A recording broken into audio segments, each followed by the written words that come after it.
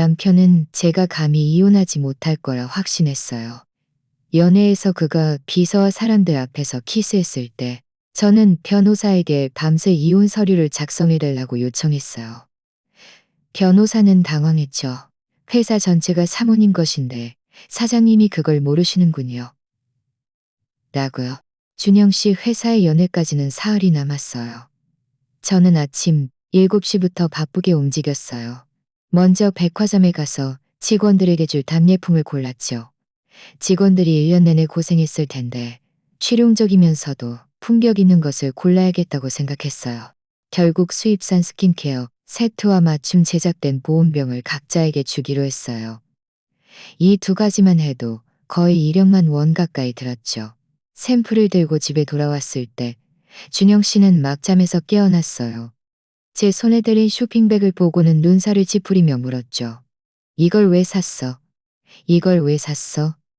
연애품은 회사 예산으로 하기로 했잖아. 너무 비싸잖아. 저는 현관 신발장에 물건을 놓으며 신발을 갈아 신었어요. 준영 씨는 콧방귀를 뀌며 소파에 앉아 휴대폰을 뒤적였어요. 체면 세우는데 네 돈을 쓸 필요 없어. 내가 얼마나 무능해 보이겠어? 아, 맞다. 여느 날엔 단정하게 입고 와서 내 망신시키지 마. 내 거래처 사람들이 다 올 거니까. 저는 속으로 좀 울컥했지만 고개를 끄덕였어요. 그저 준영 씨가 부담스러워할 거니까. 그저 준영 씨가 부담스러워할까반 샴페인색 드레스를 고쳐달라고 했어요. 오후에는 이 대표님께 전화가 왔어요. 그분은 건축 자재 사업을 하시는데 준영 씨 회사의 가장 큰 고객이었지요.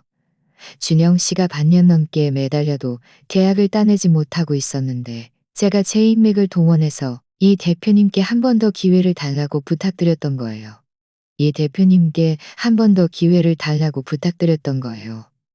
이 대표님은 전화로 수아 씨 전에 말했던 그 일 기억하고 있어요. 연애 날 꼭 갈게요. 그때 우리 계약서도 사인하고 준영 씨에게 전에 말했던 거 할게요. 오시면 준영 씨가 정말 기뻐할 거예요. 전화를 끊자마자 준영 씨에게 문자를 보냈어요. 이 대표님이 연애에 참석하기로 했고 어쩌면 계약까지 할지도 모른다고요. 1시간 가까이 기다려서야 준영 씨에게서 알았어라는 답장이 왔어요.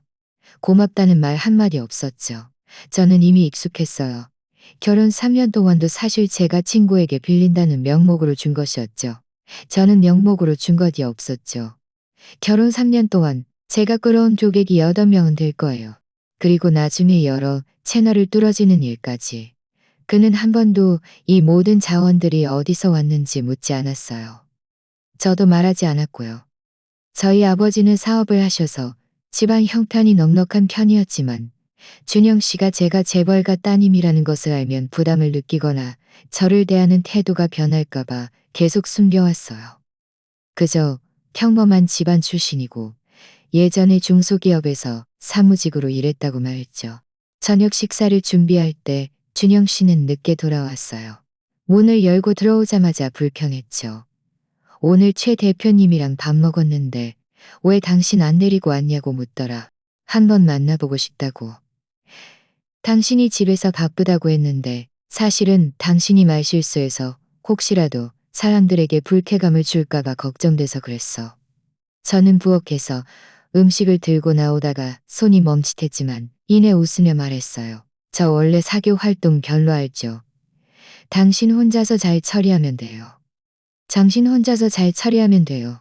참, 당신 요즘 밤샘 작업 많이 하길래 몸보신하라고 국 끓여놨어요. 특히 강 대표님은 와인 좋아하시니까 좋은 빈티지 와인으로 미리 준비해놔. 저는 고개를 끄덕였지만 마음속에는 돌덩이가 얹힌 듯 무거웠어요. 준영 씨는 체면을 중요하게 생각하고 친구들과 고객들 앞에서 자신이 대단해 보이고 싶어 한다는 걸 알았기에 저는 늘 그의 뜻을 따르고 다투지 않으며 제 신분을 돕는 일마저도 불평을 돕는 일마저도 불평을 들어 숨겨왔어요. 하지만 가끔은 정말 지쳤어요. 잠자리에 들기 전 저는 연애 진행표를 다시 한번 확인하고 주의해야 할 곳들을 표시해 두었어요. 특히 대표님의 자리를 진영 씨와 가까운 상석에 배치해 계약일을 나누기 편하게 했죠. 준영 씨 회사가 잘 되기만 한다면 제가 좀 희생하는 건 아무것도 아니라고 생각했어요. 어차피 부부니까 함께 헤쳐나가야 하는 인생이니까요. 하지만 그때는 몰랐죠. 연애 당일 오후 저는 2시간 일찍 호텔 연회장에 도착해서 직원들이 장소를 꾸미는 걸 지켜봤어요. 현수막이 똑바로 걸렸는지 확인하고 테이블 위식기가 충분히 정교한지 점검하며 심지어 테이블보에 주름까지 직접 펴주었죠. 준영 씨 회사가 이렇게 대규모 연회를 여는 건 처음이었고 그는 이번 기회에 고객들과 관계를 돈독히 하고 직원들의 사기를 북돋우고 싶다고 여러 번 말했거든요. 저는 그가들의 사기를 북돋우고 싶다고 여러 번 말했거든요. 저는 그가 단 한 번의 실수도 하지 않기를 바랐어요. 6시가 조금 지나자 손님들과 제 6시가 조금 지나자 손님들과 왔어요. 준영 씨는 저보다 10분 늦게 도착했는데 문에 들어서자마자 몇몇 협력사 대표님들에게 둘러싸였어요. 그는 사람들과 웃으며 악수했고 눈가에는 빛이 가득했지만 제 쪽은 전혀 신경 쓰지 않았어요. 제가 다가가서 술을 대신 받아주려고 하는데 그에 비서 미선 씨가 와인 한 잔을 그의 손에 쥐어주었어요. 미선 씨가 와인 들고 다가가는 것이 보였어요. 미선 씨는 빨간색 슬립 드레스를 입고 있었는데 목선이 깊게 파여 있었죠.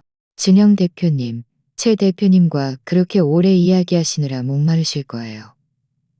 먼저 와인 한 모금으로 목을 축이세요. 준영 씨는 와인을 받아들고 미사 씨에게 뭔가 작게 말했어요. 미사 씨는 순간 웃음을 터뜨리더니 준영 씨의 팔을 살짝 두드렸죠.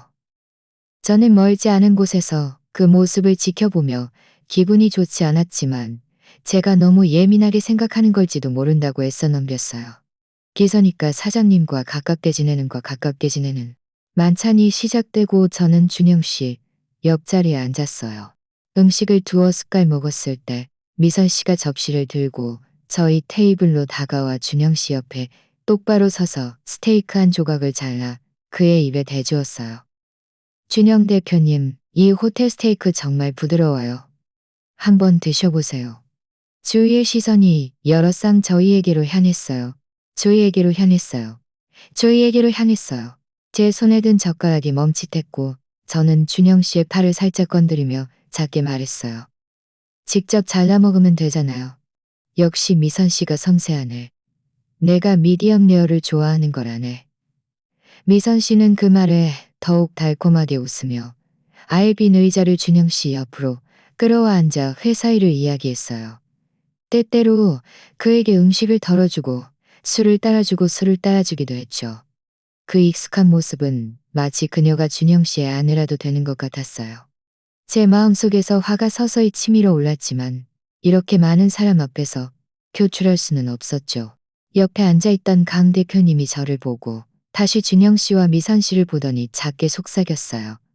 준영 사모님, 이 비서님과 준영 대표님 사이가 참 좋네요. 저는 억지로 웃으며 말했어요. 미선 비서님이 일 처리 능력이 뛰어나서 준영 씨가 많이 신뢰해요. 말은 그렇게 했지만 제 얼굴은 뜨겁게 달아오르는 것 같았어요. 특히 미선 씨가 준영 씨의 넥타이를 고쳐주면서 그의 목에 손가락을 두어, 뒤의 목에 손가락을 두어, 그의 목에 손가락을 두어 미선 씨가 다른 사람들에게 술을 따라주러 간 틈을 타 저는 준영 씨의 팔을 잡아당기며 낮은 목소리로 말했어요. 미선 비서님이랑 선을 지켜요. 이렇게 많은 사람들이 보고 있잖아요. 하지만 준영 씨는 눈살을 찌푸리며 짜증스러운 표정을 지었어요. 무슨 생각하는 거야? 미선 씨는 그냥 고객들을 좀 더 신경 써주는 것뿐이야. 그 어린 아가씨도 신경 써주는 것뿐이야. 그 어린 아가씨도 힘들 텐데. 당신 너무 속 좁게 굴진데. 당신 너무 속 좁게 굴진데. 쓸데없는 생각 말고 밥이나 먹어. 그의 말에 저는 할 말을 잃었어요. 마음속으로는 서운하고 화가 났죠. 분명 그와 미선 씨의 행동이 부적절한데 왜 제가 속 좁은 사람이 되어야 하는 거죠? 저는 준영 씨가 몸을 돌려 옆에 앉은 고객들과 웃고 떠들며 제 말은 전혀 신경 쓰지 않는 것을 보았어요. 갑자기 이 연회장의 조명마저도 눈부시게 느껴졌고 이발의 음식도 맛을 잃었어요. 저는 깊이 숨을 들이쉬며 연회가 끝나면 준영 씨와 진지하게 이야기해야겠다고 생각하며 다시 한번 참았어요. 하지만 저는 몰랐죠. 저를 더욱 난처하게 할 일이 뒤에 기다리고 있을 줄은요. 사회자가 추첨 상자를 들고 무대 위로 올라와 웃으며 말했어요. 첫 번째로 뽑을 상은 3등상입니다. 총 10분께 최신형 태블릿 PC를 드립니다. 이제 준영 대표님께서 무대 위로 올라오셔서 첫 번째 번호를 뽑아주시겠습니다. 장내가 박수 소리로 가득 찼어요. 준영 씨는 양복 재킷을 정리하고 여유롭게 무대 위로 걸어 올라갔어요. 그는 추첨 상자에서 종이 한 장을 꺼내 펼쳐 보이며 번호를 읽었어요. 386번, 386번은 누구십니까? 아래에서 한 사람이 손을 들었어요. 회사 젊은 직원이었는데 흥분해서 무대 위로 달려와 상품을 받았어요. 준영 씨는 그와 악수하면 격려의 말도 몇 마디 건넸죠. 꽤 믿음직한 사장님 겨와 악수하면 말이 건넸죠. 꽤 믿음직한 사장님처럼 보였어요. 저는 아래에 앉아 아직 화가 가라앉지 않았지만 무대 위에 그를 앉아 아직 화가 가라앉지 않았지만 하지만 제가 생각을 마치기도 전에 미선 씨가 와인 한 잔을 들고 무대 옆으로 다가가 계속 준영 씨를 주시하고 있는 것이 보였어요. 준영 씨가 세 번째 사람의 번호를 뽑고 자리로 돌아오려고 할 때 미선 씨가 갑자기 한 발 앞으로 나서서 그의 길을 막았어요. 그의 길을 막았어요. 준영 대표님, 방금 추첨하실 때 정말 멋있었어요. 제가 한 잔 올리겠습니다. 미선 씨는 그렇게 말하며 손에 든 와인을 준영 씨 앞에 내밀었고 제가 한 잔 올리겠습니다. 준영 씨는 와인을 받아들고 그녀와 잔을 부딪히며 웃으며 말했어요. 당연한 거죠. 다들 즐거우면 됐어요. 두 사람이 와인을 마셨지만 미선 씨는 비켜서지 않고 오히려 앞으로 더 다가섰어요. 크지도 작지도 않은 목소리로 주변 몇 테이블 사람들이 들을 수 있을 정도의 소리로 말했죠. 준영 대표님, 사실 제가 오래전부터 드리고 싶은 말이 있었어요. 그녀는 말을 끝내지 않고 갑자기 갈디 끝내지 않고 갑자기 발디 끝내지 않고 저는 무대에서 멀지 않은 곳에 앉아 있었기에 그 모든 것을 똑똑히 볼 수 있었어요. 그 순간 온몸에 피가 얼어붙는 것 같았죠. 손에 들고 있던 물잔이 쨍그랑 소리를 내며 바닥에 떨어졌고 물이 사방으로 튀었지만 저는 신경 쓸 겨를이 없었어요. 주변의 소리가 갑자기 조용해졌고 모든 사람의 시선이 무대 옆에 두 사람에게 집중되었어요. 어떤 이들은 숨을 들이켰고 어떤 이들은 숨을 들이켰고 어떤 이들은 휴대폰을 꺼내 준영 씨는 처음에는 잠시 멍해 있었지만 1초도 채 되지 않아 그는 미선 씨의 허리를 감싸 안고 그 키스에 응답했어요. 저는 온몸이 부들부들 떨렸고 눈물이 북받쳐 올랐지만 억지로 참았어요. 이렇게 많은 사람 앞에서 울 수는 없었죠. 오무 비참하니까요. 오무 비참하니까요. 5, 6초쯤 전일까요. 그들은 겨우 떨어졌어요. 내가 1초쯤 지났을까요? 미선 씨는, 준영 씨는 저를 돌아보았는데, 근영 씨는, 도령 씨는 저를 돌아보았는데, 준영 씨는 저를 돌아보았는데, 라고 말하는 것 같았죠. 저는 더 이상 앉아있을 수 없었어요. 벌떡 일어서자 의자가 바닥에 미끄러지며 귀에 거슬리는 소리를 냈어요. 주위 사람들이 모두 저를 쳐다보았어요. 어떤 이들은 동정하는 눈빛을 보였고 어떤 이들은 구경꾼처럼 재미있다는 표정을 지었죠. 준영 씨는 저는 제가 일어나는 것을 보고 입꼬리를 올리더니 미선 씨를 놓아주고 천천히 다가와 낮은 목소리로 말했어요. 왜 그래? 이렇게 많은 사람 앞에서 기사랑 키스하는 게 장난이라고? 준영 씨, 당신 너무 심한 거 아니에요? 그는 아무렇지 않게 어깨를 으쓱했어요. 다들 성인이고 분위기 띄우려고 한 것뿐이요. 당신 너무 유난 떨지 마. 고객들한테 웃음거리가 돼서 회사 협력에 영향이라도 주며 이 말은 제 분노에 완전이라도 주면 저는 눈물을 참으며 이 말은 제 분노에 완전히 불을 지폈어요. 저는 그의 뻔뻔한 얼굴을 보면서 지난 3년간에 짚혔어요. 됐죠? 말을 마친 저는 몸을 돌려 연회장 문을 향해 걸어갔어요. 하이힐이 바닥을 밟는 소리는 한 걸음이 마치 칼날 위를 걷는 것 같았죠. 등 뒤로 모든 사람의 시선과 그들의 웅성거림이 느껴졌지만 저는 뒤돌아보고 싶지 않았고 뒤돌아볼 수도 없었어요. 뒤돌아볼 수도 없었어요. 문에 다다랐을 때 저는 준영 씨를 한번 돌아보았어요.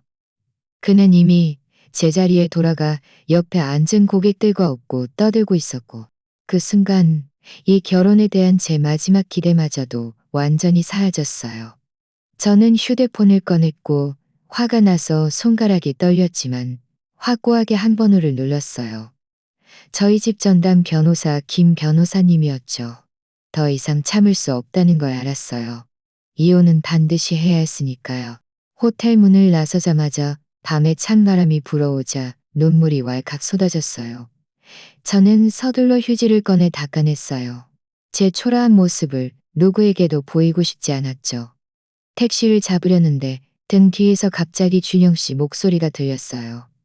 수아, 거기서. 저는 걸음을 멈췄지만 뒤돌아보지 않았어요. 준영 씨가 빠른 걸음으로 쫓아와 제 팔을 잡아챘는데 힘이 너무 세서 아팠어요. 이제 그만해. 겨우 이런 일로 이렇게 나가버리면 어떡해? 안에 아직 고객들이 얼마나 많이 기다리고 있는지 알아? 당신이 이렇게 가버리면 사람들이 우리가 부부싸움 한 줄 알고 내 사업에 영향이라도 주면 어떡할 거야. 저는 힘껏 그의 손을 뿌리치고 긁어진 팔을 문질렀어요. 준영 씨, 당신이 그렇게 많은 사람 앞에서 비서랑 키스할 때는 나한테 영향 줄 거라고 생각 안 했어요. 우리 결혼 생활에 영향 줄 거라고는 생각 안 했어요. 준영 씨는 눈살을 찌푸리며 얼굴에 짜증이 가득했어요. 아, 그게 다 장난이었잖아. 분위기 띄우려고 한다군인데 당신은 왜 그렇게 꼬치꼬치 따져? 여자들은 다 그렇게 속 좁은 거야? 공개적으로 바람 피운 거야? 당신은 다 그렇게 속 좁은 거야? 공개적으로 바람 피운 거야. 그는 잠시 멍해 있다가 이내 비웃는 듯한 미소를 지었어요. 뭐? 나랑 이혼이라도 하겠다는 거야? 수아, 바보 같은 생각하지 마. 당신이 어떻게 생각하는지 내가 모를 줄 알아? 그냥 이혼으로 나 협박해서 나한테 애원하게 만들려는 거잖아. 말이 드는데 소용없어. 나 준영이는 지금 사업도 잘 되고 내 옆에는 나랑 함께하고 싶어 하는 여자들이 줄을 섰어. 당신이 정말 이혼하면 올 곳도 없을걸? 나랑 결혼 3년 동안 내가 당신한테 어떻게 했는지 당신 마음속으로 잘 알잖아요. 내가 직업이 없었던 건 당신이 내가 집에서 당신을 돌봐주길 바란다고 했기 때문이고 내가 우리 집 상황을 말하지 않은 건 당신이 부담스러워할까봐 그랬던 거예요. 그런데 당신이 부담스러워할까봐 그랬던 거예요. 당신은 나한테 이렇게 대하는군요. 당신은 나한테 이렇게 대하는군요. 내가 당신은 나한테 어떻게 했는데. 준영 씨의 목소리가 꽤 커져서 지나가던 사람들이 우리 쪽을 커져서 수아, 너무 만족할 줄 몰라 하지 마. 경고하는데 얼른 나랑 같이 돌아가서 고객들한테 죄송하다고 해. 이번 일은 그걸로 끝내는 거야. 만약 당신이 기어이 이혼하자고 하면 결국 손해보는 건 당신일 거야. 저는 그의 오만한 얼굴을 보면서 마음속 마지막 애정마저도 사라졌어요. 당신이랑 안 돌아갈 거예요. 당신이랑 안 돌아갈 거예요. 이혼 합의서는 최대한 빨리 변호사에게 작성해달라고 할게요. 말을 마친 저는 최대한 빨리 변호사에게 작성해달라고 할게요. 그는 저를 자기 앞으로 끌어당기며 위협적인 눈빛으로 가득했어요. 수아, 얼굴 붉히지 마. 마지막으로 한 번 더 묻겠어. 돌아갈 거야? 안 돌아갈 거야? 바로 그때 검은색 세단 한 대가 우리 옆에 멈춰 섰어요. 차창이 내려가자 저희 집 운전기사 박 기사님이 보였어요. 박 기사님은 제가 준영 씨에게 잡혀 있는 것을 보고 얼굴이 싸늘하게 굳어졌어요. 차에서 내리자마자 준영 씨의 손을 잡아떼고 제 뒤에 서서 저를 보호했어요. 준영 씨, 손 놓으십시오. 준영 씨는 잠시 멍해 있다가 박 기사님의 양복과 값비싼 세단을 보고 눈빛에 의심이 스쳤지만 곧 다시 오만함으로 돌아왔어요. 당신 누구요? 우리 부부 일에 당신이 무슨 상관이야? 박 기사님은 그를 무시하고 저에게 돌아와 공손하게 말했어요. 아가씨, 사장님께서 모시고 오라고 하셨습니다. 왜 그 사람이 당신을 아가씨하고 불러? 예, 그 사람이 당신을 아가씨하고 불러? 이 차는 데서 몸이 불편하시면 밖에 너무 오래 계시지 마십시오. 아가씨, 저는 그에게 대답하지 않고 박 기사님께 말했어요. 박 기사님 가요. 말을 마친 저는 차에 올랐고 문을 닫는 순간 진영 씨가 그 자리에 서서 얼굴이 파랬다 하얘졌다 하는 것을 보았어요. 아마 평범한 집안 출신인 제가 어떻게 전담 운전기사와 고급차를 가질 수 있는지 이해할 수 없었겠죠. 차가 출발하고 저는 좌석했죠. 차가 출발하고 저는 좌석에 기대어 앉았고 마침내 눈물을 참을 수 없었어요. 박 기사님은 백미러로 자를 수 없었어요. 사장님께서는 아가씨가 손해보는 것을 원치 않으실 겁니다. 저는 고개를 끄덕이고 휴대폰을 꺼내 김 변호사님께 전화를 걸었어요. 전화가 연결되자 저는 깊이 숨을 들이쉬고 확고한 목소리로 말했어요. 김 변호사님, 죄송하지만 밤새 이혼 합의서를 작성해 주십시오. 죄송하지만 밤새 이혼 합의서를 작성해 주십시오. 그리고 준영 씨 회사에 대한 지배지분 증명서도 준비해 주십시오. 그에게 소위 성공적인 사업이라는 것이 누구 덕분인지 결혼 후에는 대부분 준영 씨와 함께 산 아파트에 살았고 가끔 서운한 일이 있을 때만 이틀 정도 돌아와 머물렀죠. 박 기사님이 차를 문 앞에 새우자정 아주머니가 기다리고 있었어요. 제가 차에서 내리는 것을 보고 서둘러 다가왔죠. 아가씨, 이제야 오셨군요. 사장님과 사모님께서 거실에서 기다리고 계십니다. 딸아, 사원한께서 거실에서 기다리고 계십니다. 저는 고개를 끄덕이고 정 아주머니를 따라 거실로 들어갔어요. 박 기사님이 다 말씀하셨단다. 제 코끝이 시큰해지며 또다시 눈물이 떨어질 뻔했지만 고개를 저으며 말했어요. 엄마, 괜찮아요. 그냥 준영 씨랑 이혼하고 싶어요. 아버지께서 한숨을 쉬며 따뜻한 물 한 잔을 건네셨어요. 진작에 그에게 신분 숨기지 말라고 했는데 네가 고집을 부렸지. 이제 됐구나. 네가 자기 없이는 안 될 거라고 생각하는구나. 걔가 자기 없이는 안 될 거라고 생각하는구나. 이혼하는 것도 좋겠다. 결혼하는 것도 좋겠다. 그에게 그가 오늘날 있는 것이 모두 저 때문이라는 걸 알려주고 싶어요. 이야기하고 있는데 초인종이 울렸어요. 정 아주머니가 문을 열어보니 김 변호사님이 와 계셨어요. 김 변호사님은 저희 집 전담 변호사로 아버지와 10년 넘게 함께 일하셨고 매우 믿음직한 분이셨죠. 예전에 제가 준영 씨를 위해 고객을 유치하고 회사를 처리할 때도 모두 그분께 도움을 요청했었는데 준영 씨는 줄곧 몰랐을 뿐이에요. 김 변호사님은 들어와서 부모님께 인사를 드리고 제 맞은편이에요. 아가씨, 전화로 이혼하시고 준영 씨 회사의 지분 증명서도 준비해 달라고 하셨는데 도대체 무슨 일입니까? 저는 연회에서 준영 씨가 미사 씨와 사람들 앞에서 키스한 일, 그리고 나중에 그가 저를 비웃으며 자기 없이는 살 수 없을 거라고 한 일을 김 변호사님께 상세히 이야기했어요. 김 변호사님께 상세히 이렇게 대하였어요. 김 변호사님은 들을수록 얼굴이 굳어졌어요. 제가 말을 마치자 그는 눈살을 찌푸리며 말했죠. 준영 씨가 너무 심하군요. 그래서 이번에는 반드시 이혼하고 그에게 대가를 치르게 할 거예요. 저는 김 변호사님을 보며 진지하게 말했어요.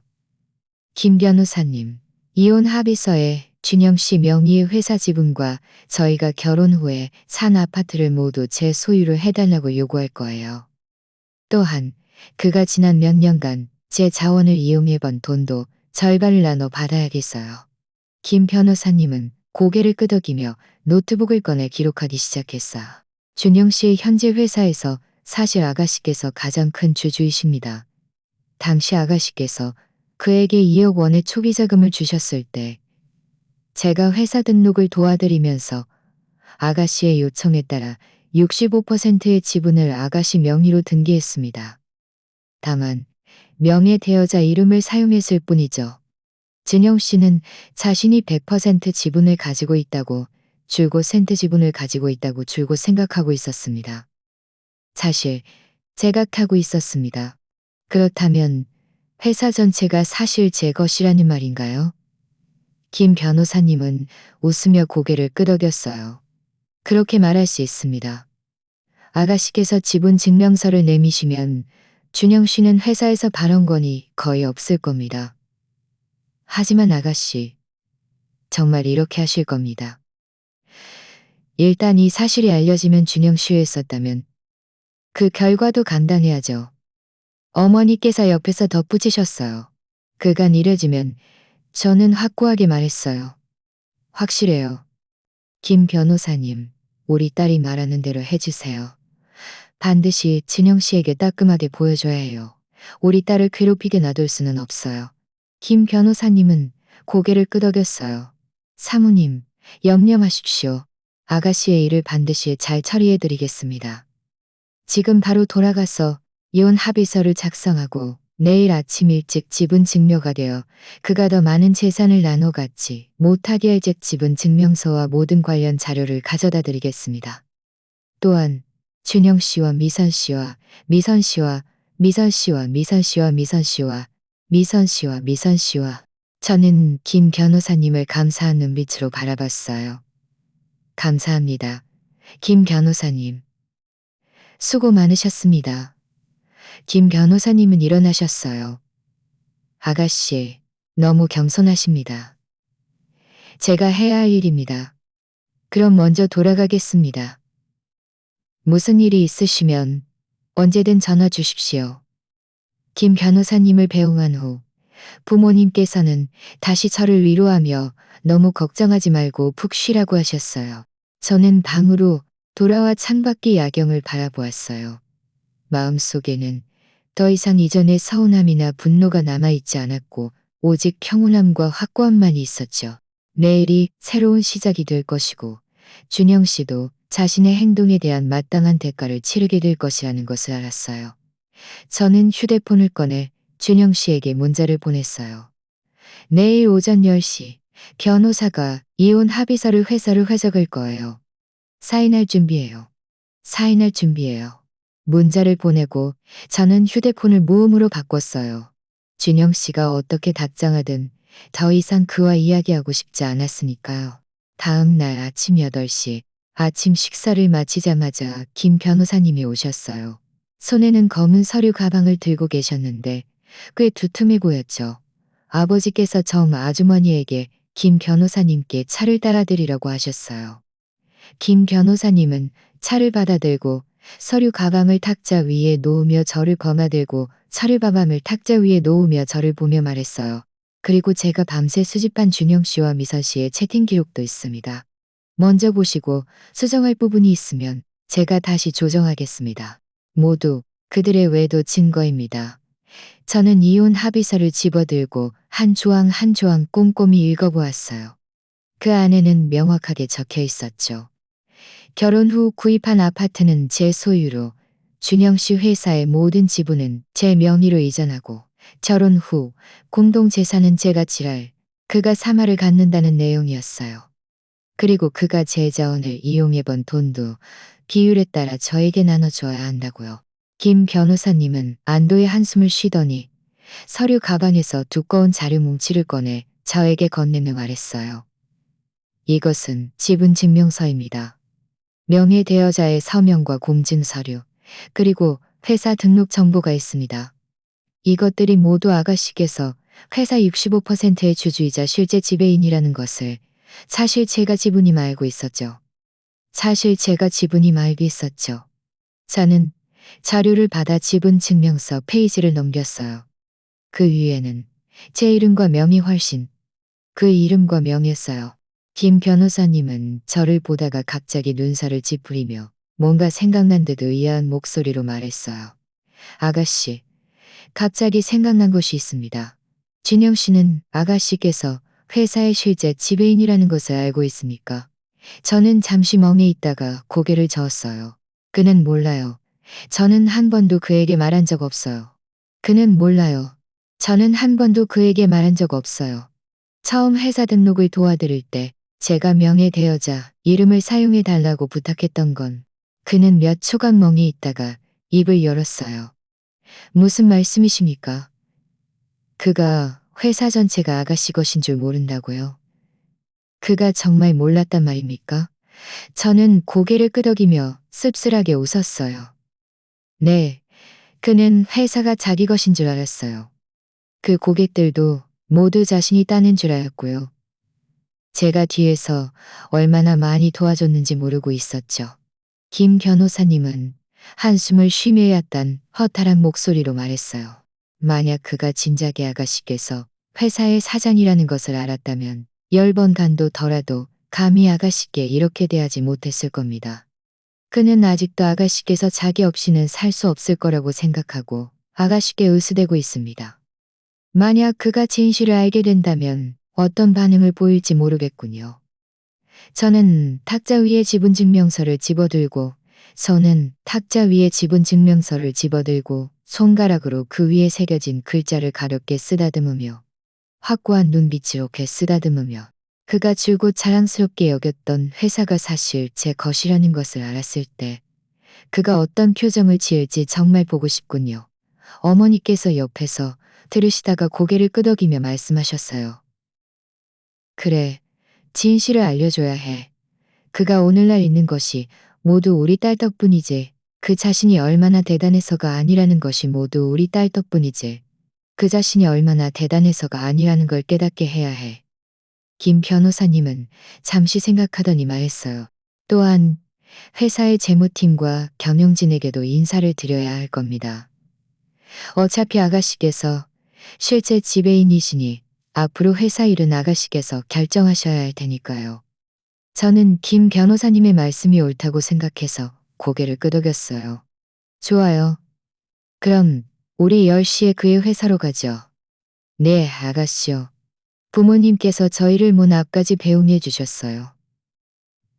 마침 저는 시간을 보니 이미 9시 반이 넘어서 일어섰어요. 김 변호사님, 출발할 준비하죠. 어머니께서 제 손을 잡고 작게 말하셨죠. 딸아, 두려워하지 마. 김 변호사님이 계시고 우리가 네 편이니까 그가 함부로 못할 거야. 저는 웃으며 고개를 끄덕였어요. 엄마, 걱정 마세요. 저 안 무서워요. 차에 타자 김 변호사님이 저를 보며 갑자기 말했어요. 아가씨, 제가 드릴 말씀이 있습니다. 어제 준영 씨 회사 재무를 조사해보니 미선 씨가 공금을 횡령한 혐의가 있는 것 같습니다. 지난 몇 달 동안 경비 처리 명목으로 회사에서 적지 않은 돈을 빼돌렸는데 대략 10만 원이 넘습니다. 저는 잠시 멍해 있다가 이내 싸늘하게 웃었어요. 준영 씨랑 바람 피운 것뿐만 아니라 감히 공금까지 횡령했군요. 정말 간이 크네요. 김 변호사님, 이 일은 일단 보류해 주세요. 제가 준영 씨에게 모든 것을 터놓은 후에 처리하겠습니다. 저는 창밖으로 빠르게 스쳐 제가 준영 씨에게 모든 것을 터놓은 후에 처리하겠습니다. 저는 고개를 끄덕였어요. 아가씨 말씀대로 하겠습니다. 하지만 조심하셔야 합니다. 미선 씨라는 여자는 보기보다 단순하지 않을다. 오늘은 준영 씨와 이혼할 뿐만 아니라 제 모든 것을 되찾고 그들이 자신들의 행동에 대한 마땅한 대가를 치르게 할 것이라고요. 차가 곧 준영 씨 회사 건물 아래에 도착했어요. 저는 깊이 숨을 들이쉬고 차문을 열고 김 변호사님과 함께 회사 대문으로 걸어갔어요.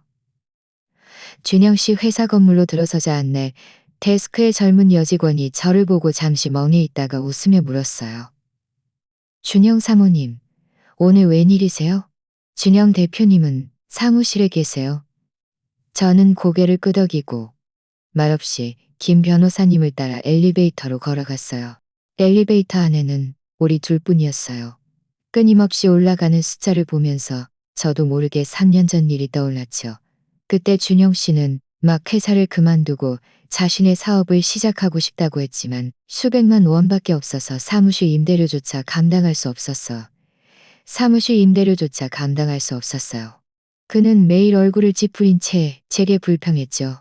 기회가 없어서 아무것도 할 수 없다고요. 저는 그가 힘들어하는 모습을 보면서 마음이 아팠고 아버지께 이도하는 모습을 보면서 마음이 아팠고 하지만 제가 가진 방법으로 설득하자 결국 동의하셨고 준영 씨가 부담을 느낄까봐 집에서 준 돈이라고 말하지 말라고 하셨죠.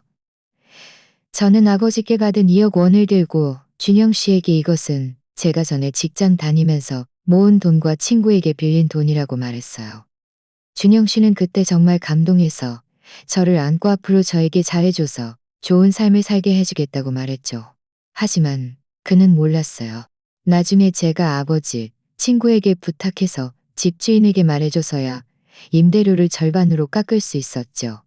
그가 직원을 채용할 때 경험 많은 직원을 찾지 못해서 제가 예전에 알던 헤드헌터에게 연락해서 몇몇 택시 민재들을 스카우트해 주었어요. 그리고 그의 회사 첫 번째 대형 고객인 최 대표님이 준영 씨에게 기획대표님은 당시 이미 다른 회사와 계약하기 직전이었는데 제가 준영 씨를 데리고 아버지의 경제인 모임에 참석해서 계약을 따냈을 때 준영 씨는 너무 흥분해서 밤새 잠도 못 자고 저를 안고 드디어 성공했다고 말했어요. 그리고 앞으로 저에게 최고의 삶을 살게 해주겠다고요. 저는 그가 기뻐하는 모습을 보면서 제가 한 모든 일이 가치 있다고 느꼈어요. 그 뒤에 제가 얼마나 많은 노력을 했는지, 그대에 제가 얼마나 많은 노력을 했는지 그가 몰라도 상관없다고 생각했죠.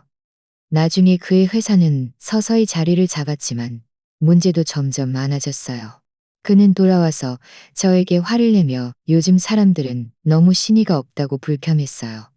저는 그가 초췌해진 모습을 보면서 그에게 제가 이미 김 변호사님에게 상대방 변호사와 연락하게 하고 업계협회 사람들에게 나서 달라고 부탁했다는 것을 말하지 않았어요. 사흘도 채되지 않아 상대방은 물품 대금을 전하지 않았어요. 사흘도 채되지 않아 상대방은 물품 대금을 전에 겁을 먹었다는 것만 알았을 뿐.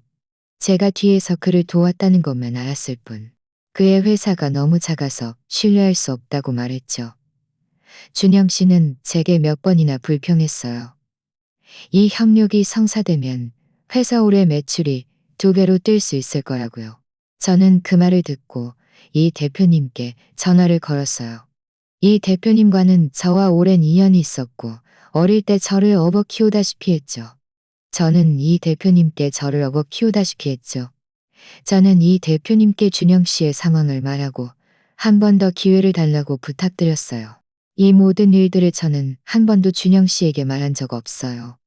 저는 늘 부부 사이에는 그렇게 명확하게 구분할 필요가 없다고 생각했고 그가 잘 되면 저도 행복하다고 생각했어요.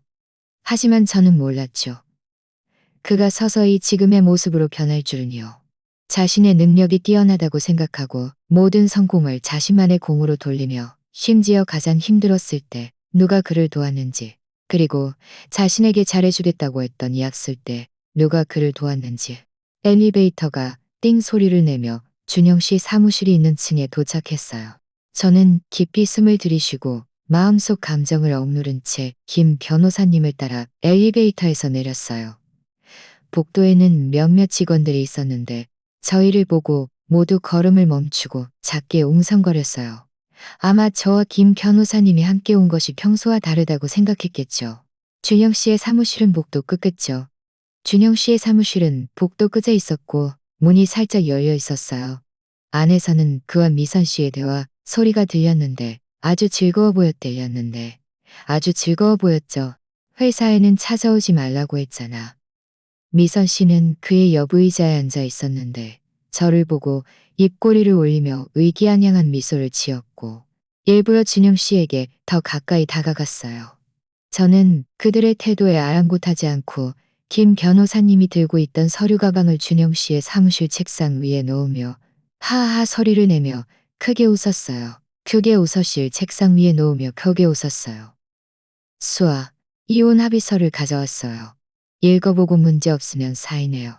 결혼 후 아파트는 당신 소유로 하고 회사 지분은 전부 당신 명의로 하라고? 당신이 뭘 믿고 그래? 이 회사는 내가 직접 일궈낸 건데 당신이랑 무슨 상관이야? 저는 그의 오만한 모습을 보면서 마음속에서 다시 화가 치밀어 올랐지만 억지로 참았어요. 억지로 참았어요. 몸을 돌려 기밀어 올랐지만 억지로 참았어요. 몸을 돌려 기며 깁니다. 준영 씨 명의의 지분, 증명서를, 금명서를 꺼내 주명서를 꺼내, 지명서를 꺼내, 주명서에는 지분 증명서를 꺼내, 뒷명서를 꺼내. 준영 씨는 지분 증명서를 받아들고 처음에는 대수롭지 않게 생각했지만 읽을수록 얼굴이 새하얗게 변했고 손도 떨리기 시작했어요. 그는 고개를 들어 믿을 수 없다는 듯 저를 쳐다봤어요. 이게 사실이야? 당신이 어떻게 회사의 지배인이 될 수 있어?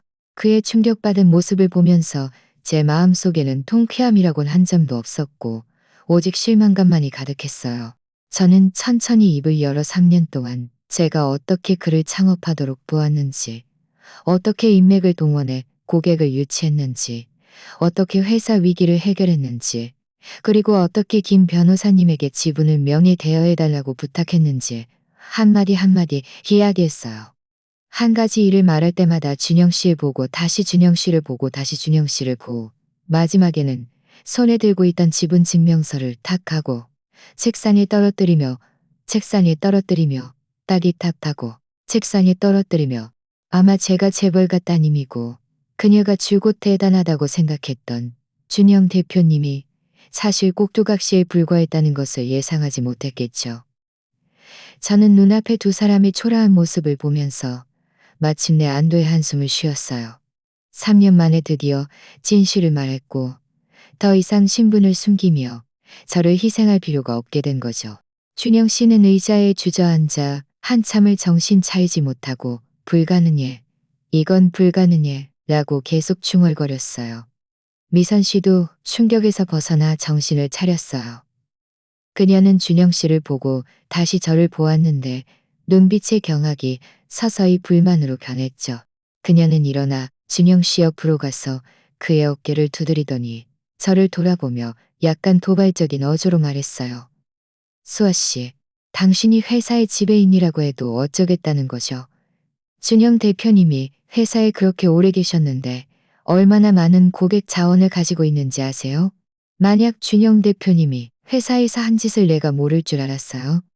만약 준영 대표님이 회사에서 일 떠나면 회사 실적은 분명 폭락할 거예요. 미선 비서님, 저는 당신이 먼저 당신이 먼저. 미선 씨의 얼굴색이 갑자기 변했고 그녀는 시선을 피하며 말했어요. 제가 뭘 했다는 거죠. 저는 그저 준영 대표님을 도와 회사를 관리했을 뿐이에요. 저는 아무 잘못도 하지 않았어요.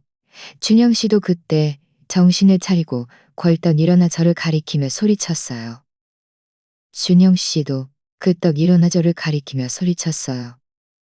수아, 당신은 진작에 다 계획했던 거지? 일부러 내 신분을 숨기고 일부러 나를 꼭두각시로 만들었어. 이제 내가 쓸모없어지니까 나를 내 꼭두각시로 만들었어.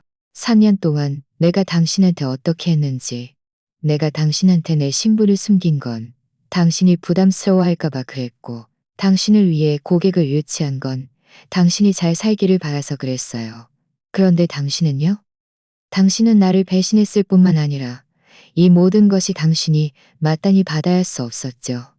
미선 씨는 상황을 보고 서둘러 계획했다고 말하는 게 우스꽝스럽지 않나요? 준영 씨는 제가 하는 말에 할 말을 하는 게 우스꽝스럽지 않나요? 준영 대표님, 그 사람과 쓸데없는 말 하지 마세요. 그 사람이 감히 대표님을 내쫓으려 하면 우리가 고객들을 데리고 나가서 우리만의 회사를 차리면 돼요. 그때 가서 그 사람이 후회하게 만들면 되죠. 준영 씨의 눈빛이 번뜩이며 마치 구명조를 잡은 듯 했어요. 그는 저를 보며 다시 오만한 목소리로 말했어요. 그래, 수아. 당신이 감히 나를 내쫓으려 하면 나는 모든 고객을 데리고 나갈 거야. 당신들은 고객들이 당신들을 보고 온 줄 알았어요? 말에 드는데 그 고객들이 회사와 협력한 건 모두 우리 아버지 체면을 봐서였고 제가 뒤에서 당신들을 위해 길을 닦아줬기 때문이에요. 만약 당신들이 떠나면 어떤 고객이 당신들과 협력할지 한번 봐요. 준영 씨와 미선 씨에게 주고 사인하게 했어요. 그들도 아마 제가 하는 말이 사실이라는 것을 깨달았겠죠. 저는 더 이상 그들과 쉽게 달았겠죠. 저는 더 이상 그들과 쉽게 달았겠죠. 김 변호사님은 이혼 합의서를 준영 씨에게 건넸어요. 준영 씨는 합의서를 보면서도 쉽사리 펜을 들지 못했어요. 그는 한참을 망설이다가 결국 합의서를 책상에 던져버렸어요. 난 이 합의서에 사인 못해. 나한테 너무 불공평해. 나한테 너무 불공평해. 당신이랑 소송할 거야. 저는 그가 이렇게 나올 줄 이미 예상했기에 아무렇지 않게 말했어요. 마음대로 해요. 어차피 증거는 다 내 손에 있으니까. 소송에도 지는 건 다 내 손에 있으니까. 준영 씨는 이를 악물고 얼굴이 파랬다 하얘졌다 했지만 여전히 사인하지 않았어요. 미선 씨가 그의 팔을 잡아당기며 작게 말했어요. 준영 대표님, 우리 사인하지 말아요. 그 사람과 버티면 분명 양보할 거예요. 양보할 거예요. 저는 그들을 보면서 인내심이 바닥났어요. 인내심이 바닥났어요. 매심이 바닥났어요. 매선 씨의 얼굴이 갑자기 창백해졌어요. 내일 이 시간까지 당신이 사인한 이혼 합의서를 보지 못하면, 김 변호사님에게 바로 법원에 소송을 걸지 못하면, 그녀는 당황해서 말했어요. 무슨 말도 안 되는 소리예요. 저는 공금 횡령 안 했어요. 했는지 안 했는지 당신 자신이 제일 잘 알겠죠. 저는 휴대폰을 꺼내 흔들었어요. 여기 당신이 경비처리 명목으로 돈을 빼돌린 증거가 있어요. 감옥에 가고 싶지 않다면 얼른 준영 씨에게 사인하라고 설득해요. 그렇지 않으면 당신의 공금 횡령건도 봐주지 않을 거예요. 그렇지 않으면 당신의 공금 횡령건도 봐주지 않을 거예요. 그들이 작게 웅성거리는 소리가 들렸지만 저는 전혀 신경 쓰지 않았죠. 집에 돌아와 막 앉았는데 휴대폰이 울렸어요. 모르는 번호였죠. 전화를 받자 미선 씨의 목소리가 들렸어요. 수아 씨, 너무 심한 거 아니에요? 준영 대표님이 당신을 그렇게 사랑하는데 어떻게 당신이 그에게 이렇게 대할 수 있죠? 저는 싸늘하게 웃었어요. 미선 비서님, 저는 당신이 먼저 당신 자신이나 잘 관리하는 게 좋겠다고 생각해요. 비선 지서님, 비서 주제에 우리 부부 일에 참견하는 거예요. 미선 씨의 우리 부부 일에 참견하는 거예요. 저는 그냥 당신이 준영 대표님을 그렇게 괴롭히는 게 보기 싫은 거예요. 당신이 돈 좀 있다고 대단한 줄 알아요. 당신은 돈 말고 뭐가 있죠? 준영 대표님은 당신이랑 같이 있으면 전혀 행복하지 않아요. 그가 좋아하는 건 저예요. 제가 사업적으로 그를 도울 수 있고 당신처럼 집에서 빈둥거리는 여자랑은 다를 도울 수 있고 당신처럼 집에서 빈둥거리는 이 증거들을 경찰에 넘길 거요. 만약 당신이 저는 휴대폰을 들고 녹음 버튼을 눌렀어요. 그때는 직장을 잃을 뿐만 아니라 전과 기록까지 남을 거예요. 미선 씨의 목소리가 갑자기 부드러워졌지만 약간의 위협이 담겨 있었어요. 당신이 나를 너무 몰아세우지 마요. 내가 힘들어지면 당신도 편할 줄 알아요. 당신 집이 어딘지 나도 알아요. 당신 집이 어딘지 나도 알아요. 내가 당신이 가는 게 좋을 거예요. 당신이 감히. 저는 그녀의 말을 끊고 단호한 목소리로 말했어요. 경고하는데 만약 당신이 우리 집에 와서 나를 괴롭히거나 만약 괴롭히거나는데 그렇지 않으면 당신의 공금 횡령건도 봐주지 않을 거예요. 말을 마친 저는 전화를 끊고 녹음 파일을 저장했어요. 저는 휴대폰 속 녹음 파일을 보면서 싸늘하게 웃었어요. 미서 씨는 이렇게 하면 저를 위협할 수 있다고 생각했겠죠. 그녀는 제가 이미 준비를 마쳤다는 것을 몰랐을 뿐이에요. 다음 날 아침 제가 막 일어났는데 김 변호사님에게 전화가 왔어요. 준영 씨가 사인하기로 했다며 회사로 가서 이혼 합의서를 가져오려고 했죠. 저는 김 변호사님과 함께 회사로 갔어요. 준영 씨는 사무실에 앉아 있었는데 밤새 잠을 못 잔 듯 초췌해 보였어요.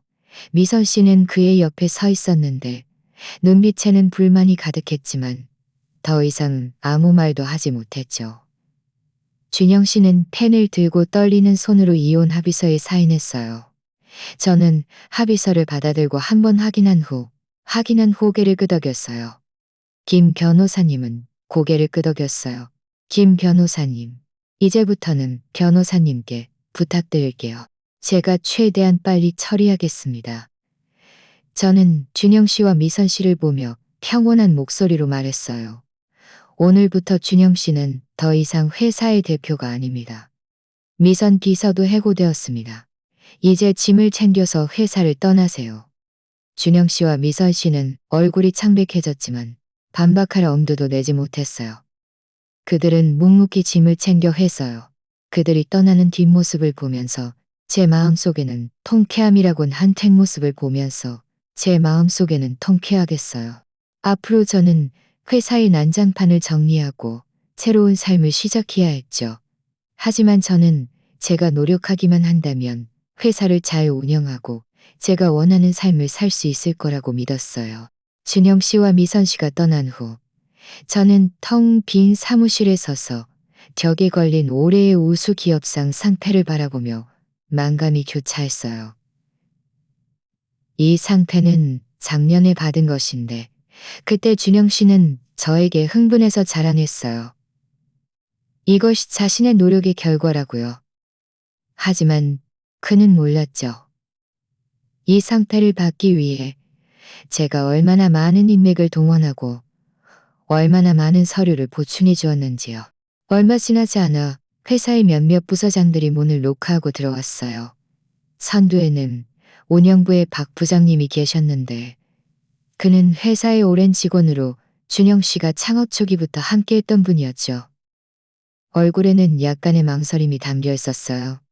수아 대표님, 준영 대표님이 정말 안 돌아오시는 겁니까?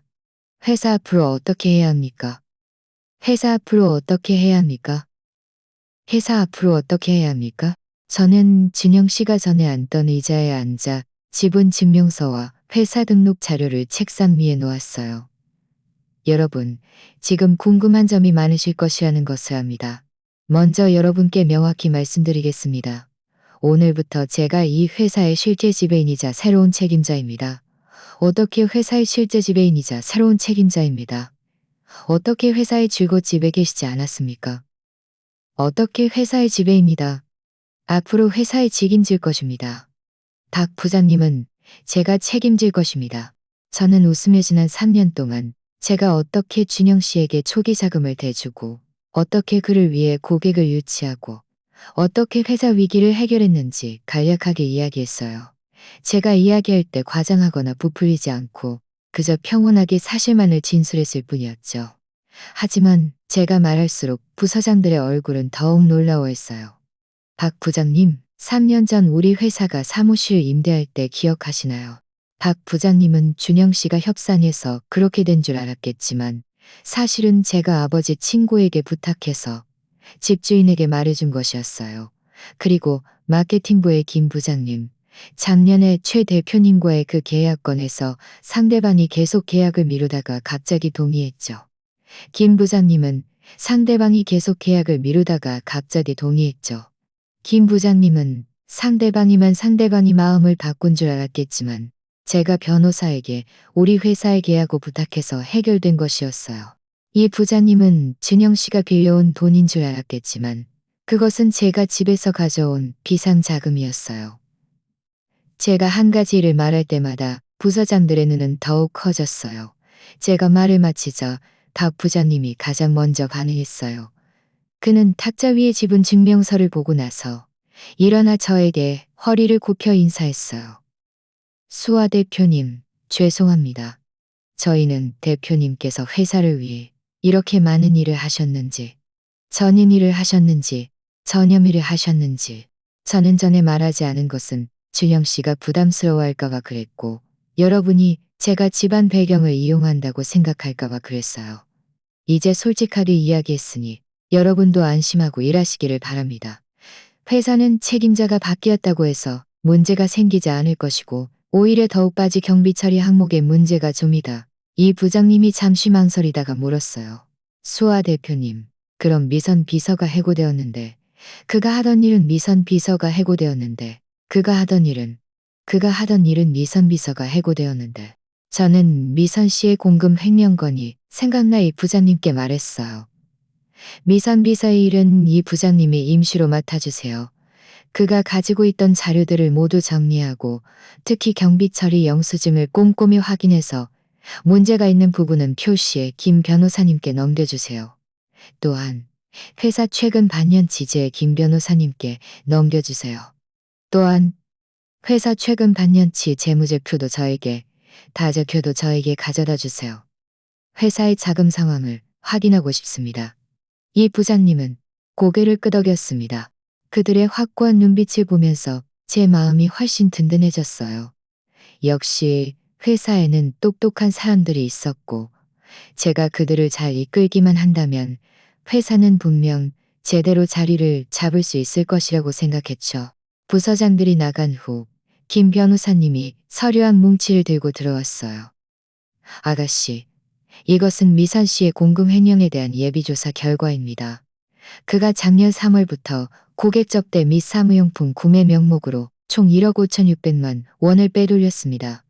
그중 대부분은 자신의 개인 계좌로 이체되었습니다. 저는 서류를 받아 넘겨보았어요. 그 안에는 이체 기록들이 있었고 저는 싸늘하게 웃었어요. 1억 5천만 원이나? 정말 배짱도 크네요. 김 변호사님, 이 증거들을 최대한 빨리 정리해서 경찰에 제출해 주세요. 마땅히 물어야 할 책임은 한 점도 빠짐없이 물어야죠. 네, 아가씨. 이미 경찰에 연락했습니다. 그들은 오후에 와서 상황을 파악할 것입니다.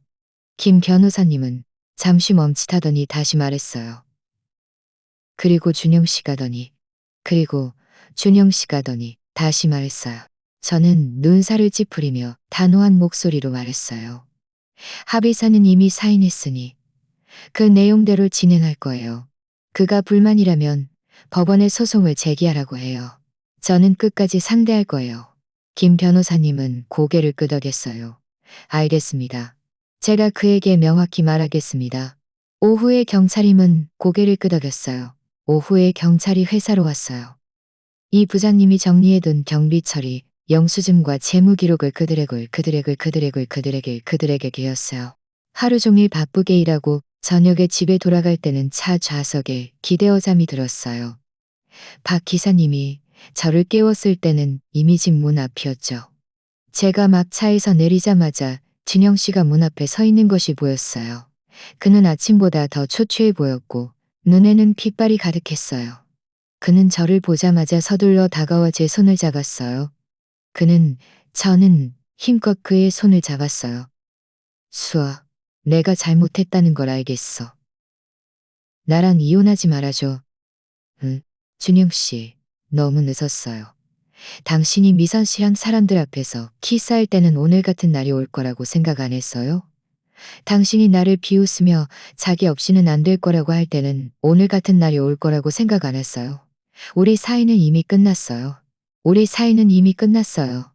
준영 씨는 또다시 뭔가 말하려 했지만 저는 바로 몸을 돌려 집으로 들어갔고 문을 닫았어요. 또는 문 뒤에 기대어 그가 문 밖에서 계속 문을 두드리며 저는 그에게 기회를 주었지만 그가 스스로 소중히 여기지 않았어요. 지금의 결과는 모두 그가 마땅히 받아야 할 것이었죠. 다음 날 아침 저는 일찍 회사로 갔어요. 사무실에 막 도착했는데 김 변호사님에게 전화가 왔어요. 미선 씨가 이미 경찰에 연행되었다는 소식이었죠. 그녀는 공금 횡령 사실을 모두 인정했을 뿐만 아니라 준영 씨도 이 사실을 알고 있었고 심지어 그녀가 재무 감사를 피하도록 도왔다고 말했대요. 저는 잠시 멍해 있었어요. 준영 씨마저 가담했을 줄은 몰랐죠. 김 변호사님은 이어서 말했어요. 경찰이 이미 준영 씨에게 연락해서 조사를 받으러 오라고 했습니다. 아가씨께서도 한번 가보시겠습니까? 저는 잠시 생각하다가 말했어요. 좋아요. 같이 가죠. 그가 또 무슨 말을 할지 정말 보고 싶군요. 전화를 끄는 저는 외투를 들고 사무실을 나섰어요. 햇살이 유리창을 통해. 그리고 전영 씨의 조사 따뜻하게 느껴졌죠. 저는 깊이 숨을 들이쉬며 마음속의 어두운 그림자들이 햇살에 씻겨 내려가는 것 같았어요. 하지만 저는 전혀 두렵지 않았어요. 제가 더 이상 예전처럼 참고만 있던 수아 씨가 아니라는 것을 알았으니까요. 저는 저 자신을 보호하고 제 인생을 주도할 능력이 있었죠. 차를 타고 경찰서로 가는 길에 김 변호사님이 저에게 상황을 간략하게 설명해 주셨어요. 미서 씨가 경찰서에 도착하자마자 당황해서 공금 횡령 사실을 인정한 것뿐만 아니라 준영 씨까지 끌어들였다고요. 매번 경비 처리는 모두 준영 씨가 승인했고 어떤 때는 심지어 준영 씨가 더 많이 처리하라고 해서 생활비에 보탰다고 말했대요. 저는 그 말을 들으면서 싸늘하게 웃었어요. 준영 씨가 어디 생활비에 보탰겠어요? 분명 돈을 미선 씨에게 선물 사주는 데 썼겠죠. 예전에 미선 씨의 한정판 가방을 본 적이 있는데 그때는 비서가 어떻게 저런 걸 살 수 있을까 생각했는데 이제 와서 생각하니 그 돈은 10중 8구 회사 공금을 횡령한 것이었죠. 경찰서에 도착하자 김 형사님이 우리를 맞이했어요. 그는 우리를 접견실로 안내하며 준영 씨가 안에서 신문을 받고 있다고 말했죠. 접견실 유리창을 통해 저는 준영 씨가 의자에 앉아 머리카락을 쥐어뜯고 있는 모습을 볼 수 있었어요. 얼굴은 창백했고 예전에 기세등등했던 준영 대표님과는 전혀 다른 사람이었죠. 얼마 지나지 않아 김 형사님이 준영 씨를 데리고 들어왔어요. 준영 씨는 저를 보자마자 눈이 붉어졌어요. 그는 다가오려 했지만 경찰에게 제지당했어요. 아, 경찰에게 제지당했어요. 수아, 당신이 왜 여기 왔어? 날 도와주러 온 거지. 그렇지? 준영 씨의 목소리는 울먹였고 마치 마지막 구명줄 잡은 듯 했어요. 내가 말해줄게, 다 미선이. 나는 어쩔 수 없이 그 애를 감춰준 거야. 저는 그가 흑백을 뒤집는 모습을 보면서 일말의 동정심도 느끼지 못했어요. 준영 씨, 이 지경이 되어서도 아직 거짓말을 하는군요. 미선 씨는 매번 경비 처리가 당신의 승인하에 이루어졌고 심지어 어떤 때는 당신이 더 많이 처리하라고 했다고 말했어요. 이 말이 사실인가요? 준영 미선이에게 선물을 사주고 싶었어. 이 말이 사실인가요? 그는 다미 씨의 시선이 담이 쳐다보지 못했어요. 그 애에게 잘 보이고 싶었어. 잘 보이고 싶었다고요. 저는 그의 말을 끊고 차가운 목소리로 말했어요. 당신이 그 애에게 사준 한정판 가방 기억나요? 그리고 그의 목에 걸려있던 목걸이도. 그 돈들은 다 회사 공금이었어요. 제가 힘들게 당신을 위해 따낸 사업으로 번 돈들이요. 준영 씨의 채팅 기록과 준영 씨의 채팅 기록과 준영 씨의 채팅 기록과 준영 씨의 채팅 기록을 번긋거렸지만 그는 입을 번긋거렸지만 아무 말도 할 수 없었죠. 김 형사님이 옆에서 적섰죠. 증거는 명확합니다. 준영 씨는 실제로 공금 횡령에 가담했고 한두 번이 아닙니다.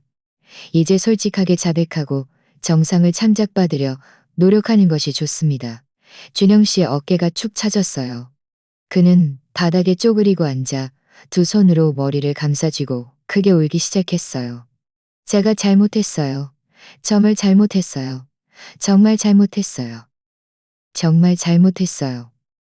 미선이랑 같이 있으면 안 됐고 공금을 횡령하면 안 됐어요. 그리고 당신에게 이렇게 대하면 안 됐어요. 한 번만 더 기회를 줘. 응? 앞으로 다시는 안 그럴게. 열심히 일해서 횡령한 돈도 다 갚을게. 우리 이혼하지 말자. 응? 저는 그의 초라한 모습을 보면서 일말의 동정심도 느끼지 못했어요. 준영 씨, 기회는 진작에 당신에게 주었어요. 연애에서 당신이 주었어요. 연애에서 당신이 미선 씨랑 사람들 앞에서 기회를 주었고 당신이 나를 비웃으며 자기 없이는 살 수 없을 거라고 할 때도 기회를 주었어요. 저는 잠시 멈칫하더니 단호한 목소리로 말했어요. 공금 횡령은 형사사건이에요. 제가 어떻게 할 수 있는 문제가 아니에요. 마땅히 짊어져야 할 책임은 당신이 짊어져야 해요. 이혼 합의서는 이미 사인했으니 절차는 곧 마무리될 거예요. 우리 앞으로는 아무 관계도 없을 거예요. 우리 앞으로는 여기서 마치겠습니다. 준영 씨는 제 말을 듣고 온몸이 의자에 주저앉았어요. 눈빛은 멍했고, 늦었어. 리다 늦었어. 다 늦었어. 다 늦었어. 나중에 상황이 생기면 다시 연락드리겠습니다. 저는 고개를 끄덕이고 김 변호사님과 함께 경찰서를 나섰어요.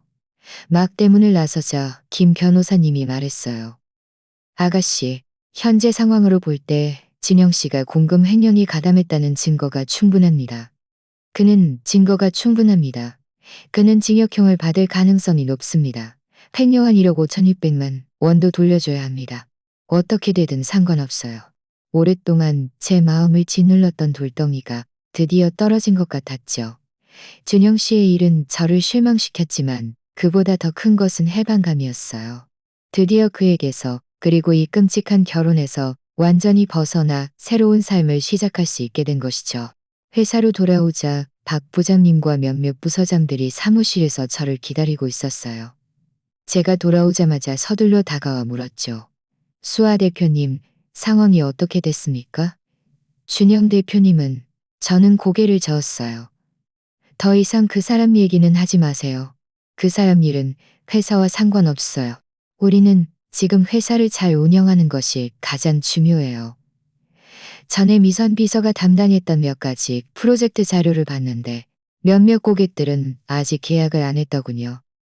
박 부장님, 내일 저와 함께 이 고객들을 방문해서 계약을 마무리하죠. 계약을 마무리하죠. 박 부장님은 고객들을 방문해서 계약을 마무리하죠. 박 부장님은 고개를 끄덕였어요. 네, 수아 대표님. 지금 바로 자료 준비하겠습니다. 그 후 몇 초는 지금 바로 자료 준비하겠습니다. 그 후 며칠 동안 저는 매사 업무에 온전히 몰두했어요. 비록 바빴지만 저는 아주 보람을 느꼈어요. 이렇게 제 능력으로 일을 하는 느낌은 전에 집에서 전업주부로 살던 것보다 훨씬 좋았으니까요. 한 번은 제가 전에 준영 씨가 오랫동안 협상했던 강 대표님을 방문하러 갔어요. 강 대표님은 전자제품 사업을 하시는데 전에 준영 씨가 반년 동안 협상했지만 계약을 따내지 못했었죠. 저는 박 부장님과 함께 강 대표님은 저를 보고 잠시 멍해 있다가 물었어요. 당신은 준영 씨 아내 아니었나? 왜 당신이 여기 왔지? 저는 웃으며 명함을 건넸어요. 강 대표님, 안녕하세요. 저는 수아입니다. 지금 이 회사의 책임자입니다. 전에 준영 대표님은 개인적인 사정으로 회사를 떠났습니다. 이번에 대표님과 협력에 대해 이야기하러 왔습니다. 강 대표님은 놀라서 명함을 받아보고 저를 쳐다봤어요. 이럴 수가. 당신이 회사의 책임자라니. 사실 전에도 준영 씨가 좀 믿음직스럽지 못하다고 생각했어요. 당신 아버지 체면이 아니었다면, 진작에 그 아이였다면, 진작에 그 아이 이야기하시오. 강 대표님은 제가 놀란 모습을 보면서 웃으며 말했어요. 나와 당신 아버지는 오랜 친구 사이죠. 그분께서 전에 당신에 대해 말씀하시면서 능력 있는 아가씨라고 하셨는데 당신이 준영 씨 회사에 있을 줄은 몰랐네요. 그렇군요. 저는 마음속으로 이해했어요. 전에 준영 씨가 강 대표님과 그렇게 오랫동안 이야기할 수 있었던 것도 모두 아버지 덕분이었죠. 저는 감사한 마음으로 말했어요. 제가 전에 준비된 방안을 갔는데 몇 가지 조정할 수 있는 부분이 있어서 대표님의 요구를 더 잘 충족시킬 수 있을 것 같습니다. 강 대표님은 고개를 끄덕였어요. 좋아요. 한번 말해보세요. 저는 미리 준비해둔 조정 방안을 꺼내 강 대표님은 고개를 꺼내 강 대표님께 상세히 설명했어요. 강 대표님은 들을수록 만족하며 마지막에는 웃으며 말했어요. 수아 대표님, 당신의 방안이 준영 씨 것보다 훨씬 좋고 고려하니 준영 씨 것보다 훨씬 좋고 이것은 제가 회사를 인수한 후 따낸 첫 번째 대형 고객이었고 제 능력으로 이뤄낸 첫 번째 일이었으니까요. 박 부장님도 옆에서 아주 흥분해서 제게 작게 말했어요. 수아 대표님, 정말 대단하십니다. 이 계약은 준영 대표님이었으면 얼마나 더 오래 걸렸을지 몰라요. 저는 웃으며 대표님이었으면 얼마나 더 오래 걸렸을지 몰라요. 저는 웃으며 그의 어깨를 두드렸어요. 이것은 저 혼자만의 공로가 아니에요. 우리 모두가 함께 노력한 결과죠. 저는 깊이 숨을 들이쉬며 미래가 희망으로 가득하다고 느꼈죠. 비록 지금 회사에는 아직 해결해야 할 문제들이 많지만 제가 포기하지 않고 계속 나아간다면 분명 회사를 잘 운영하고 제가 원하는 삶을 살 수 있을 거라고 믿었어요. 강 대표님과의 계약을 따낸 후 회사의 분위기는 훨씬 좋아졌고 직원들도 더욱 의욕적으로 일하게 되었어요. 박 부장님은 매일 저에게 프로젝트 진행 상황을 보고했고 이 부장님도 회사의 재무를 명확하게 정리해 주었죠. 저는 미선 씨가 남긴 난장판들이 서서히 정리되어 갔어요. 한 일주일쯤 지났을까요? 김 형사님에게 전화가 왔어요. 준영 씨와 미선 씨의 사건 조사가 모두 끝났으니 경찰서로 와서 최종 처리 결과를 확인해 달라는 것이었죠. 저는 김 변호사님과 함께 경찰서로 갔어요. 김 형사님은 판결서 한 부를 우리에게 건네며 말했어요. 준영 씨와 미련이 선고받았습니다. 준영 씨와 미선 씨는 회사 공금 1억 5,600만 원을 공동으로 횡령한 사실이 명확히 드러났습니다. 미선 씨는 직접 실행자로서 징역 6개월에 집행유예 1년, 벌금 3천만 원을 선고받았습니다. 횡령한 공금은 한 달 이내에 전액 회사에 반환해야 합니다. 저는 판결서를 받아들고 마음속에는 아무런 파동도 없었어요. 징역 1년에 집행유예 2년은 무거운 형량은 말했어요. 진영 씨에게는 무거운 형량은 아니었지만 준영 씨에게는 이미 교훈을 기억하기에 충분할 것이었죠. 김 변호사님이 옆에서 말했어요. 준영 씨는 최대한 빨리 돈을 마련하겠다고 했고 미선 씨 쪽도 방법을 찾겠다고 했습니다. 만약 한 달 이내에 갚지 못하면 강제 집행을 신청할 것입니다. 경찰서에서 나오자 김 변호사님이 저에게 말했어요. 아가씨, 준영 씨 명의의 결혼 후 구입한 아파트가 아직 아가씨 명의로 이전되지 않았습니다. 만약 갚지 못하면 아파트를 경매에 넘겨 빚을 갚도록 신청할 수 있습니다. 울면서 집에 도저히 그 많은 돈을 마련할 수 없으니 며칠만 더 시간을 달라고 했죠. 그리고 준영 씨가 이미 잘못을 깨닫고 앞으로 분명 달라질 것이라고 말했어요. 제 마음속으로는 조금 안타까웠지만 저는 확고하게 말했어요. 아주머니, 제가 시간을 안 드리는 게 아니에요. 이건 법이 정한 것이고 그 돈은 회사의 공금이에요. 제가 함부로 결정할 수 없어요. 아주머니께서는 준영 씨에게 최대한 빨리 개정할 수 없어요. 준영 씨 어머니는 또다시 뭔가 말하려 했지만 저는 전화를 끊었어요. 제가 이렇게 하는 것이 냉정하게 보일지라도 더 이상 마음 약해질 수 없다는 것을 알았어요. 이번에 제가 그를 용서하면 그는 나중에 분명 똑같은 잘못을 저지를 수도 있으니까요. 또 반달이 지났을까요? 준영 씨는 마침내 1억 5,600만 원을 회사 계좌로 이체했어요. 이 부장님이 저에게 보고할 때 준영 씨가 돈을 이체하면서 메시지를 남겼는데 앞으로 제가 잘 살기를 바란다고 했대요. 저는 메시지를 읽고 바로 지웠어요. 더 이상 그와 어떤 얽힘도 가지고 싶지 않았으니까요. 준영 씨와 미선 씨의 일을 해결한 후 저는 모든 에너지를 회사에 쏟았어요. 전에 준영 씨가 있을 때는 회사 관리가 아주 혼란스러웠고 많은 제도가 불완전했죠. 저는 부서장들과 함께 회의를 열어 새로운 관리 제도를 만들고 각 부서의 책임을 명확히 하며 직원들을 보면서 감회가 새로웠어요. 각 부서의 책임을 명확히 하며 직원들의 적극성은 더욱 높아졌죠. 여러분, 전에 회사에 많은 일이 있어서 걱정이 많으셨을 것이라는 것을 압니다. 하지만 여러분께 말씀드리고 싶습니다. 오늘부터 회사는 더욱 발전할 것입니다. 우리 모두가 함께 노력한다면 분명 회사를 더 크고 강하게 만들 수 있을 것입니다. 저는 여러분을 실망시키지 않을 것입니다. 저는 여러분을 실망시키지 않을 것입니다. 아래에서는 뜨거운 박수 소리가 터져 나왔어요. 박 부장님이 선두에서 수아 대표님 힘내세요. 라고 외치자 터져 나왔어요. 한 달쯤 지났을까요?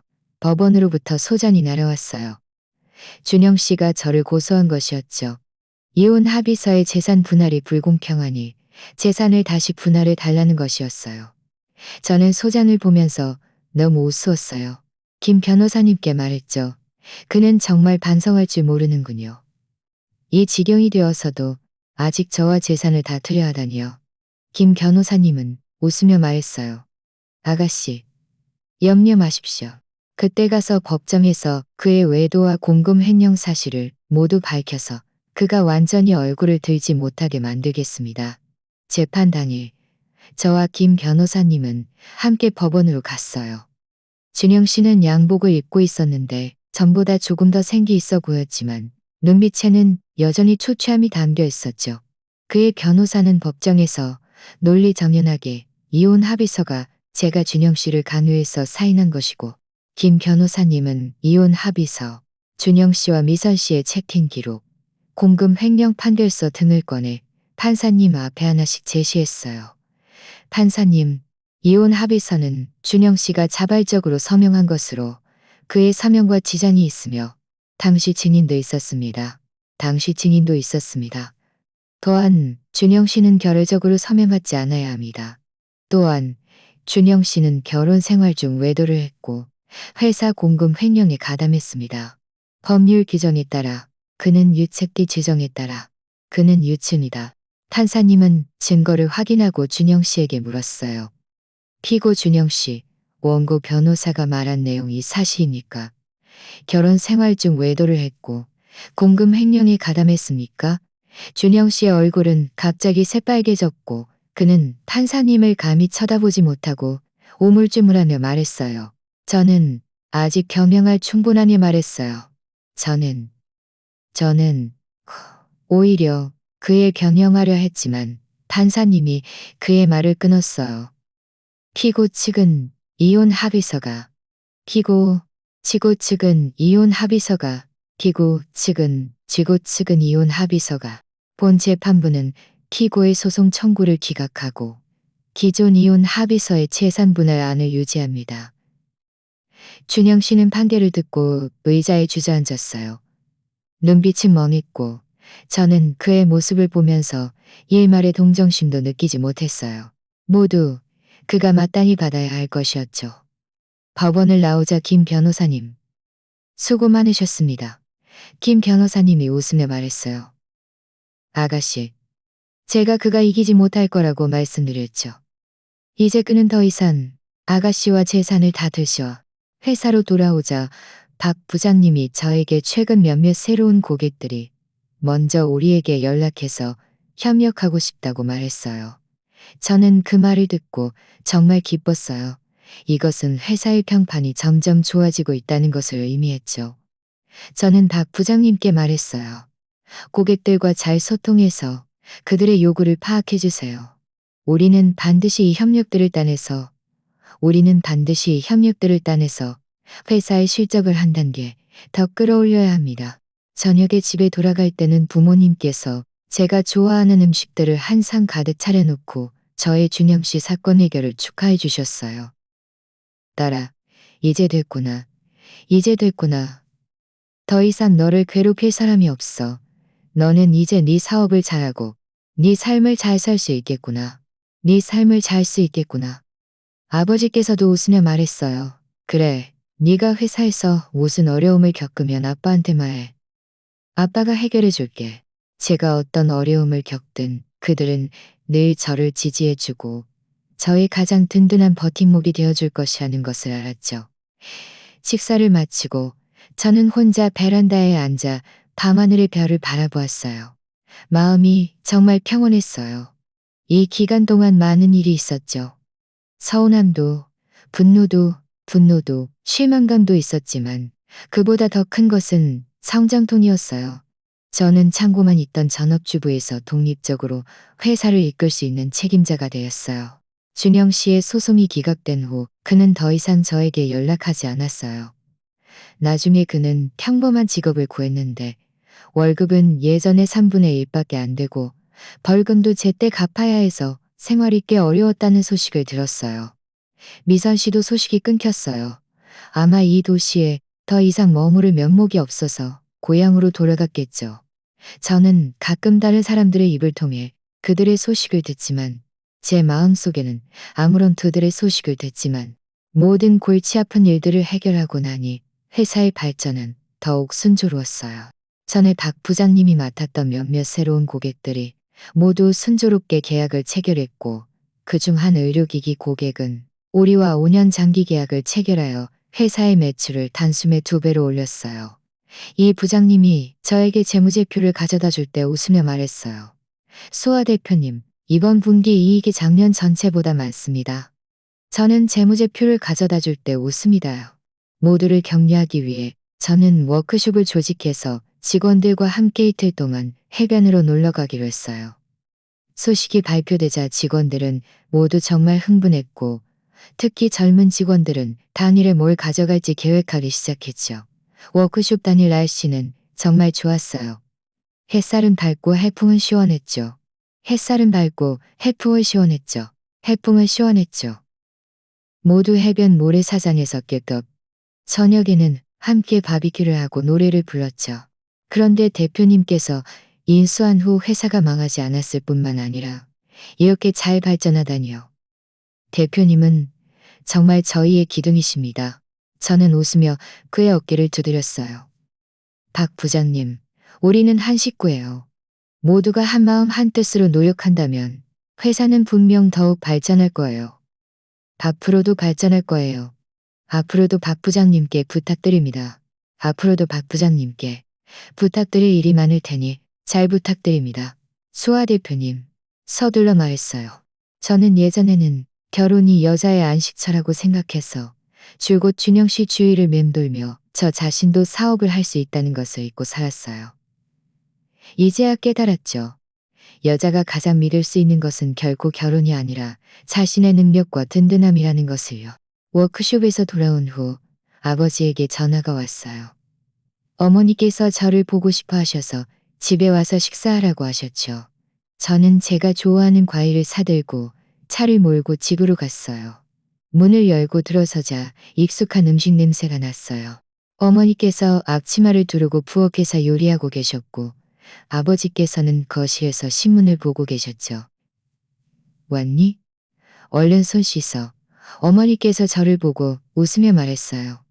저는 과일을 내려놓고 부엌으로 들어가 어머니를 도왔어요. 어머니께서 채소를 썰면서 말했어요. 어머니께서 채소를 썰면서 말했어요. 직원들과 워크숍도 갔다 왔는데 다들 정말 좋아했어요. 다들 너무 무리하지 말고 몸 조심해라. 아주 순조로워요. 아주 순조로워요. 걱정 마세요. 어머니께서 흐뭇하게 말했어요. 잘했구나. 네가 행복하면 됐어. 예전에는 네가 늘 준영 씨 주위를 맴도는 걸 보면서 마음이 아팠단다. 이제 네가 네 사업을 하고 이렇게 멋지게 사니 엄마는 무엇보다 기쁘다. 식사 중에 아버지께서 갑자기 말했어요. 수아, 네가 전에 회사 사업을 확장하고 싶다고 하지 않았니? 내가 전에 회사 사업을 확장하고 싶다고 하지 않았니? 내가 친에너지 사업을 하는 친구를 아는데 그 친구가 요즘 협력 파트너를 찾고 있는 프로젝트가 있어. 정말요? 감사합니다, 아빠. 제가 분명 잘 이야기해 볼게요. 아버지께서 웃으며 말했어요. 뭐 이런 걸로 고마워하니? 네가 내 딸인데 내가 당연히 너를 지지해야지. 하지만 너무 서두르지 마. 천천히 해. 사업은 인내가 중요하단다. 저는 인내가 중요하단다. 저는 고개를 끄덕였어요. 걱정 마세요. 걱정 마세요.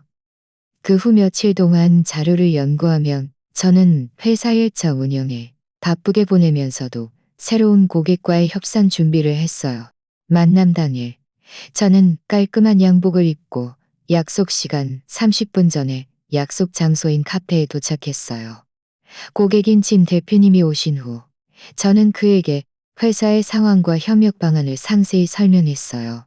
진 대표님은 아주 진지하게 들었고 때때로 저에게 몇 가지 질문을 하기도 했는데 저는 모두 하나하나 답해드렸죠. 마지막에 준영 씨와 대표님은 웃으며 말했어요. 수아 대표님은 아주 전문적이고 고려하는 이 프로젝트는 수아 대표님과 협력하겠습니다. 저는 기쁘게 말했어요. 감사합니다. 진 대표님. 분명 실망시키지 않을 거예요. 협력 계약서에 사인을 마치고 저는 카페를 나섰어요. 밖에 햇살을 보면서 마음이 희망으로 가득 찼어요. 이것은 제 사업의 새로운 시작에 불과하다는 것을 알았어요. 앞으로 더 많은 도전들이 저를 기다리고 있겠죠. 하지만 전혀 두렵지 않았어요. 저녁에 저는 혼자 베란다에 앉아 도시의 야경을 바라보았어요. 휴대폰에서는 직원들이 보내온 메시지가 도착했어요. 어떤 이들은 안녕히 주무세요 라고 말했고 어떤 이들은 업무 진행 상황을 보고했죠.